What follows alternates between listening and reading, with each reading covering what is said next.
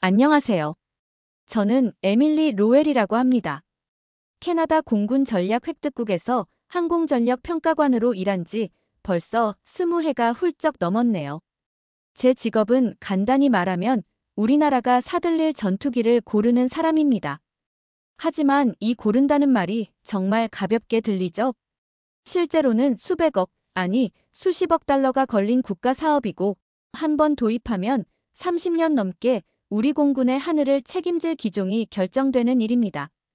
그만큼 압박이 크고 또 모든 판단에는 무게가 따릅니다. 저는 이 일을 하면서 무수히 많은 기종을 받고 그중 절반 이상은 서류상에서 죽어간 후보들이었습니다. 가끔은 너무 기대했던 기종이 시험평가에서 믿기 힘든 결함을 드러내는 경우도 있었죠. 그런 상황을 수없이 겪다 보니 저는 자연스레 전투기 시장의 냉혹함을 누구보다 잘 알게 되었습니다. 우리 캐나다의 차세대 전투기 사업은 오래전부터 사실상 결론이 나 있었습니다. 미국의 F-35, 그게 정답이라는 공감대가 있었죠. 이유는 단순했습니다. 첫째, 나토의 NATO 표준에 맞춘 설계. 둘째, 실전 검증을 받은 기종. 셋째, 미국이라는 동맹의 후광. 이 세 가지 앞에서 다른 나라의 기종은 대부분 명함조차 못 내밀었습니다. 저 역시 그렇게 믿었고 사실 의심조차 해본 적이 없었습니다. 그런데 어느 날 예상치 못한 사건이 벌어졌습니다. 국방위원회 회의 도중 한 위원이 이런 말을 꺼낸 겁니다. 한국의 KF-AX 전투기도 후보에 넣어서 검토합시다. 순간 회의실 공기가 싸늘하게 식었습니다. 잠깐의 정적 뒤에 여기저기서 작은 웃음소리가 새어나왔습니다. 저도 모르게 입꼬리가 올라갔죠. 한국, 자동차, 휴대폰, 조선소야 잘한다고 들었지만 전투기라니. 솔직히 저는 그 순간 이건 그냥 정치적 제스처다라고 생각했습니다. 위원장은 형식상 저를 포함한 평가관들에게 KF-AX 관련 자료를 검토하라고 지시했습니다. 하지만 저와 동료들의 머릿속엔 이미 결론이 나 있었죠. F-35가 답이다. 그건 제 신념이자 우리 공군 내부의 상식이었습니다. 회의가 끝나고 돌아오는 길, 제 부관인 제이슨이 제 귀에 속삭였습니다. 에밀리, 저건 그냥 형식적인 거예요. 가서 결함 하나만 찾으면 끝입니다. 저도 가볍게 웃으며 대답했습니다. 알아, 제이슨. 걱정 마. 2주면 끝날 일이야. 그런데 그 2주라는 시간이 제 인생에서 가장 큰 전환점이 될 줄은 그땐 정말 몰랐습니다. 며칠 뒤 내부 검토 회의가 열렸습니다. KF-AX 자료가 테이블 위에 놓였지만 솔직히 처음엔 별 관심이 가지 않았습니다. 서류 표지에는 코리어 에로스페이스 인더스트리즈 KF-AX 프로그램 오버뷰라고 적혀 있었죠. 첫 장을 넘기자 한국형 전투기의 사진과 개발 연역, 성능 개요가 빽빽하게 나열돼 있었습니다. 저는 무심코 스펙을 훑었습니다. 최대 속도 마하 1.8, 항속거리 2900km, 내부 무장창, 최신 AESA 레이더. 수치상 나쁘진 않았지만 머릿속에서 그래도 F-35는 다르지라는 목소리가 계속 울렸습니다. 문제는 정치권에서 분위기가 심상치 않았다는 겁니다. 야당뿐 아니라 여당 일부에서도 대안 검토 목소리가 커졌습니다. 국민 세금으로 사는 무기인데 미국 말만 믿고 가는 건 무책임하다는 여론이 일었습니다. 그렇게 압박이 거세지자 국방부 장관이 직접 나섰습니다. 소규모 평가단을 꾸려 한국을 방문하겠다. 성능을 직접 확인한 뒤 판단하자. 그 순간 모든 시선이 저에게 향했습니다. 평가단장 바로 저였습니다. 속으론 이게 무슨 시간 낭비인가 생각했지만 겉으로는 미소를 지으며 수락했습니다. 공식적으로야 공정한 검토지만 제 계획은 단순했죠. 한국에서 결정적인 결함 하나만 찾아내 보고서에 박아넣고 F-35 확정. 그게 제가 그날 밤 세운 작전이었습니다. 출국 하루 전날 뜻밖의 전화가 걸려왔습니다. 발신자는 F-35 프로그램의 북미 영업 총괄 마크 스탠튼이었습니다. 에밀리, 듣자 하니 한국에 간다면서. 그의 목소리에는 여유와 자신감이 가득했습니다. 그래, 마크. 잠깐 형식적으로 보고 오는 거야. 그는 잠시 침묵하더니 낮게 말했습니다. 형식적으로만 보고 와. 한국이 우리를 넘을 수는 없어. 그리고 넘어서도 안 돼. 그 마지막 한마디가 이상하게 마음에 걸렸습니다. 그건 단순한 자신감이 아니었습니다. 압박, 경고 아니, 협박에 가까운 뉘앙스였죠. 전화를 끊고 나서도 한동안 멍하니 창밖 북극 하늘을 바라봤습니다. 정말 저들이 그렇게까지 말할 필요가 있는 걸까? 하지만 곧 고개를 저었습니다. 아니, 말이야, 뭐 해도 결론은 뻔하잖아. 나는 그냥 가서 확인만 하면 되는 거다. 그렇게 스스로를 다독이며 저는 한국행 비행기 표를 다시 한번 확인했습니다. 국행 비행기 좌석에 앉자마자 저는 노트북을 켜고 사전 검토 자료를 한 번 더 훑었습니다. KF-AX 전투기의 외형 사진, 스펙, 개발 연역, 그리고 시험평가 일정표. 솔직히 말하면 이 문서가 제 판단을 바꿀 가능성은 제로라고 생각했습니다. 제가 이 사업에 몸담은 20년 동안 F-35보다 뛰어난 기종은 본 적이 없었으니까요. 창밖으로 태평양 위에 깔린 구름이 보였지만 제 마음은 차갑게 식어 있었습니다. 형식적으로만 보고 와서 결함 하나만 찾으면 된다. 그게 이번 출장을 대하는 제 전략이었습니다. 인천공항에 도착했을 때 공항의 규모와 깔끔한 시설이 눈에 띄었지만 저는 의도적으로 무심한 표정을 유지했습니다. 출구로 나오니 검은색 정장 차림의 남성이 저를 기다리고 있었습니다. 그가 바로 KF-AX 프로그램 총책임자 윤재혁 단장이었습니다. 그의 표정은 군인 특유의 절제된 자신감이 묻어났습니다. 어서 오십시오, 로웰 평가관님. 먼 길 오시느라 고생 많으셨습니다. 차분하고 명료한 영어 발음. 저는 형식적으로 악수를 하며 대답했습니다. 내일 사천기지에서 시험 비행을 보게 될 거라고 들었습니다. 맞습니다. 특히 캐나다의 작전 환경을 고려한 시나리오로 준비했습니다. 속으로 저는 그럴 필요 없는데라고 생각했습니다. 이미 결론은 알고 있었으니까요. 다음 날 아침, 평가단은 서울역에서 KTX를 타고 사천으로 향했습니다. 열차 창밖으로는 논과 산, 그리고 멀리 푸른 바다가 스쳐 지나갔습니다. 평화로운 풍경이었지만 제 시선은 노트북 화면에 고정돼 있었습니다. 사천 공군기지에 도착하자 회색 계열의 기체가 햇빛을 받아 은빛으로 반짝이고 있었습니다. 멀리서도 단번에 눈에 들어오는 KF-AX의 매끈한 동체와 날렵한 기수. 마치 한 덩어리의 금속 조각을 깎아 만든 듯한 곡선과 각이 조화를 이루고 있었습니다. 하지만 저는 마음속으로 다짐했습니다. 겉모습에 흔들리지 마. 전투기는 외형보다 실전 데이터가 전부야. 첫 번째 시연 혹한 작전모의 훈련.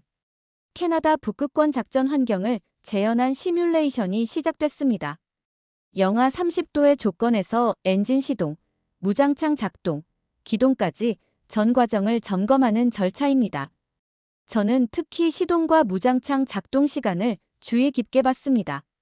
KF-AX는 시동이 매끄럽게 걸렸고 무장창 개방 투하 재폐쇄까지 3.2초가 걸렸습니다. 제가 알고 있는 F-35의 평균 수치는 4.0초. 0.8초 전투에선 엄청난 차이죠. 옆에 있던 제이슨이 속삭였습니다. 저는 대답을 하지 않았지만 마음속에서 뭔가 작게 흔들렸습니다.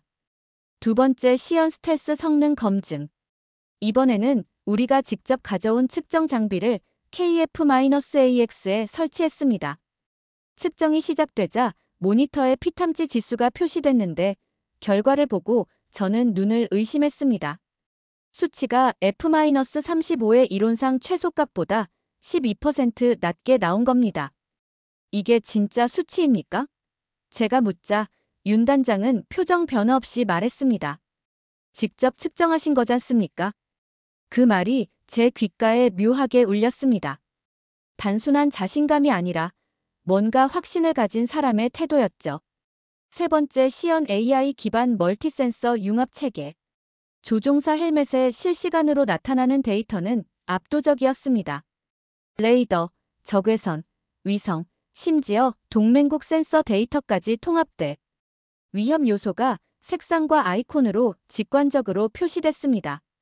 정보 처리 속도와 정확도는 제가 아는 F-35보다도 빠르고 명확했습니다. 윤 단장은 설명을 덧붙였습니다. 조종사는 판단만 하면 됩니다. 나머진 KF-AX가 알아서 해석합니다. 저는 헬멧 안에서 흘러가는 정보 흐름을 보며 속으로 중얼거렸습니다. 이건 마치 전투기가 스스로 생각하는 것 같아. 네 번째 시연 유무인 복합 전술 연동. 마지막으로 KF-AX가 이끄는 무인 전투 드론 4대가 함께 시연에 들어갔습니다. 드론들은 마치 하나의 생명체처럼 움직이며 가상 적기를 포위했습니다. 각 드론이 독립적으로 표적을 추적하면서도 주 전투기와의 데이터 교환은 끊기지 않았습니다. 포위망이 완성되는 순간 저는 무심코 말했습니다. 이건 미래 전장이네. 옆에 있던 제이슨이 저를 흘끗 봤습니다. 아마도 제 표정이 조금 달라진 걸 눈치챘을 겁니다. 시연이 끝난 뒤 우리는 브리핑룸으로 돌아왔습니다.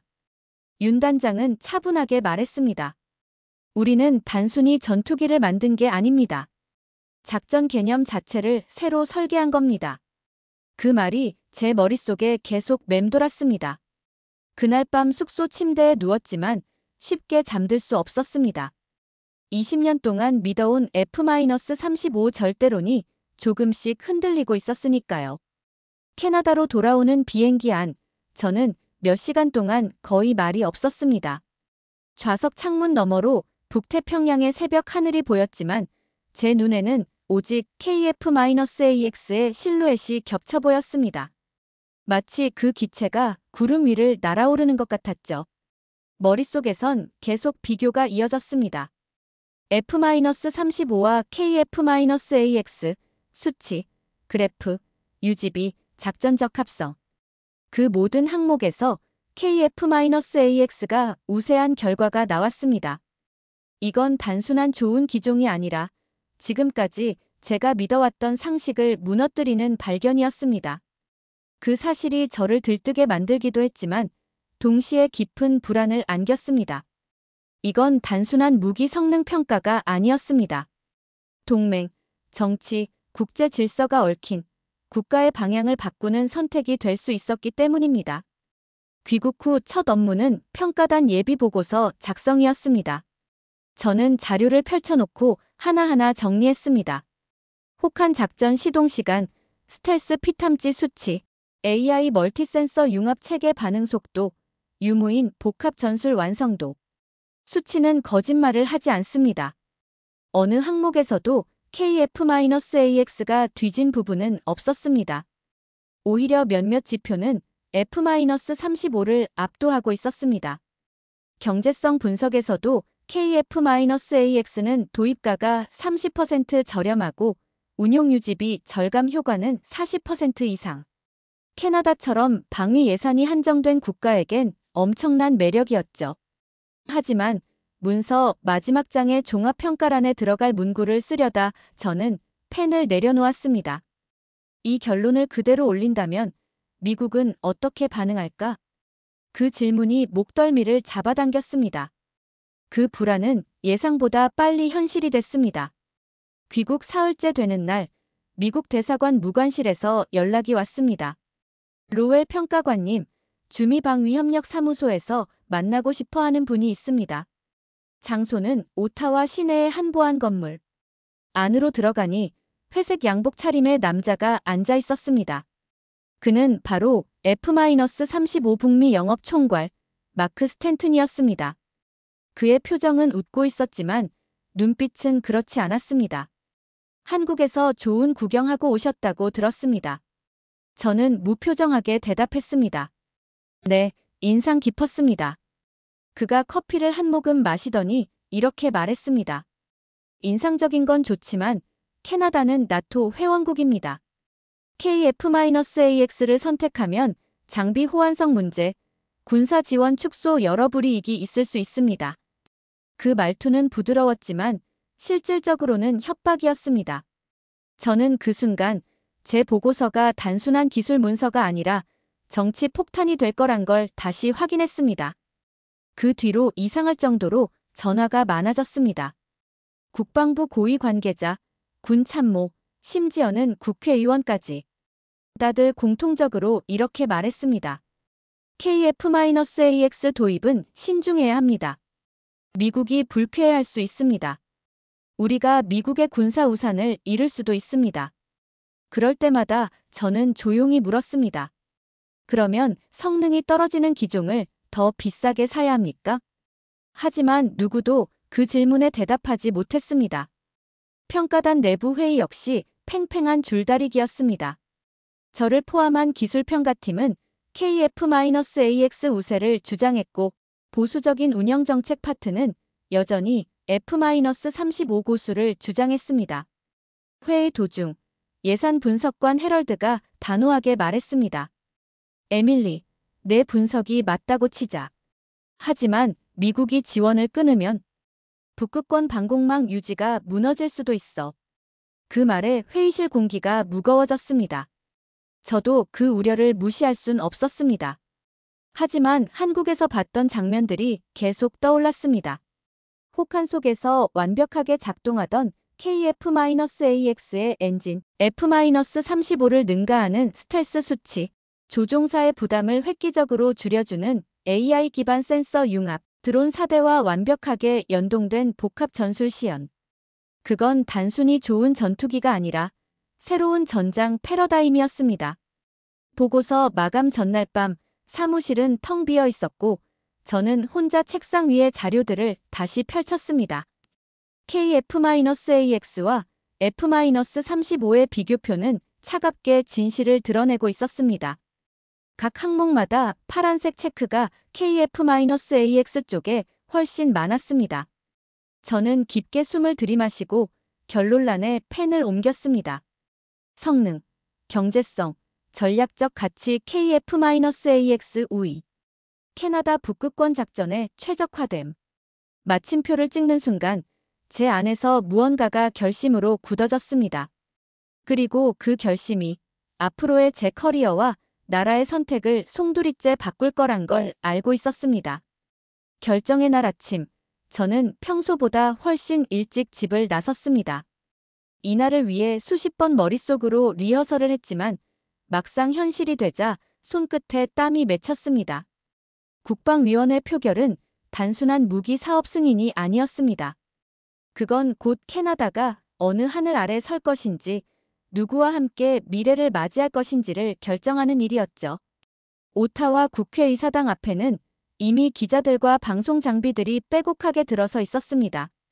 카메라 플래시가 연달아 터지고 리포터들의 목소리가 뒤엉켰습니다. 제가 차에서 내리자 수십 개의 마이크가 동시에 제 앞을 향했습니다. 로웰 평가관님, 최종 결론은 어떻게 나왔습니까? KF-AX를 선택하면 미국과의 관계는 괜찮을까요? 저는 준비해온 대답을 하지 않았습니다. 그저 짧게 회의장에서 모든 것을 말씀드리겠습니다. 라고만 말한 뒤 의사당 안으로 걸음을 옮겼습니다. 회의장 문을 열자 차가운 공기가 맞았습니다. 위원들은 이미 자리에 앉아 있었고 중앙연단 옆에는 평가단 보고서를 가득 담은 자료 상자가 놓여 있었습니다. 위원장의 목소리가 울렸습니다. 다음은 항공전력 평가단 최종 보고입니다. 로웰 평가관, 앞으로 나와 주십시오. 마이크 앞에 서니 모든 시선이 제게 집중됐습니다. 손에 든 자료가 약간 떨렸지만 목소리만큼은 흔들리지 않으려 했습니다. 위원 여러분, 지난 2달 동안 저희 평가단은 두 후보 기종의 모든 성능, 경제성, 전략적 가치를 비교했습니다.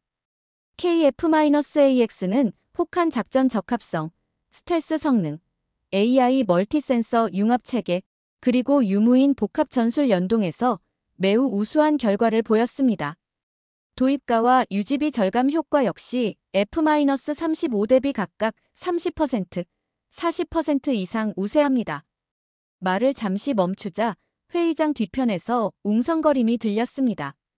저는 고개를 들고 결론을 전했습니다. 종합적으로 판단할 때 KF-AX는 캐나다 북극권 작전 요구에 가장 적합한 전투기입니다. 따라서 저희 평가단은 KF-AX 도입을 권고합니다. 그 순간 한 위원이 손을 들었습니다. 로웰 평가관, 기술적으로는 동의합니다. 그러나 동맹 문제는 어떻게 하실 겁니까? 미국과의 협력에 금이 가면 우리의 안보는 누가 책임집니까? 그 질문은 제가 이 자리에 서기 전부터 수없이 연습했던 시나리오였습니다. 저는 깊게 숨을 들이마시고 목소리를 낮췄습니다. 위원님, 저는 동맹을 부정하지 않습니다. 하지만 동맹이란 상호 신뢰와 이익 위에 세워져야 합니다. 만약 우리가 성능이 떨어지는 기종을 더 비싼 값에 사는 것이 동맹의 조건이라면 그건 진정한 동맹이 아니라 종속입니다. 그 순간 회의장 안의 공기가 달라졌습니다.